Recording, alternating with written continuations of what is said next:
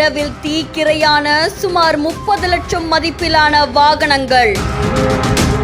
வீட்டில் தூங்கிக் கொண்டிருந்த கடையின் உரிமையாளருக்கு காத்திருந்த பேரதிர்ச்சி. மளமளவென பற்றிய தீயை பல மணி நேரம் போராடி அணைத்த தீயணைப்பு துறையினர். விருதுநகர் மாவட்டம் காரியாபட்டி கள்ளக்குடி சாலையில முத்துப்பாண்டி அப்படின்றவரு பழைய இருசக்கர வாகனங்கள் விற்பக்கூடிய தொழில் செஞ்சுட்டு வராங்களாமா.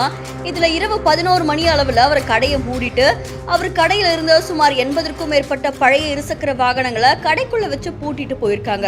அதை தொடர்ந்து இரவு 1 மணிக்கு அவருக்கு திடீர்னு ஒரு அழைப்பு வருது. அந்த அழைப்புல உங்க கடை திடீர்னு தீப்பற்றி எரிய ஆரம்பிச்சிருக்கு அப்படின்னு தெரிவிச்சிருக்காங்க. அதை தொடர்ந்து அந்த வழியா வந்தவங்க உடனே தீயணைப்பு துறையினருக்கும் போலீசாருக்கும் தகவல் கொடுத்திருக்காங்க.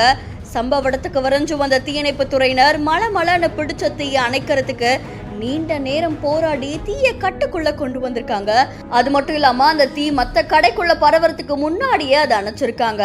அதை தொடர்ந்து கடைக்குள்ள பார்க்கும்போது சுமார் 30க்கும் மேற்பட்ட இருசக்கர வாகனங்கள் முற்றிலுமா சேதமாகிருக்காமா.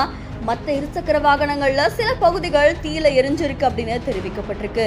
அது மட்டும் இல்லாம கடையில இருந்த வாகனங்களுடைய ஆவணங்கள், அதுக்கப்புறமா 2 லட்சம் ரூபாய் ரொக்க பணம் தீயில எரிஞ்சு கருகினதா தெரிவிக்கப்பட்டிருக்கு. இதை தொடர்ந்து இந்த தீ விபத்து மின் கசிவால ஏற்பட்டுச்சா இல்ல ஏதாவது வாகனங்கள்ல கோளாறு ஏற்பட்டிருக்கா, மர்ம நபர்கள் யாராவது தீ வச்சுட்டாங்களா அப்படின்னு சொல்லி காரியாபட்டி போலீசார் தீவிரமா விசாரணை நடத்திட்டு வராங்க அப்படின்னு தெரிவிக்கப்பட்டிருக்கு. இந்த தீ விபத்துல சுமார் 30 லட்சம் மதிப்பிலான பொருட்கள் எரிஞ்சு சேதமானது பலரையுமே அதிர்ச்சிக்குள்ளாக்கியிருக்கு.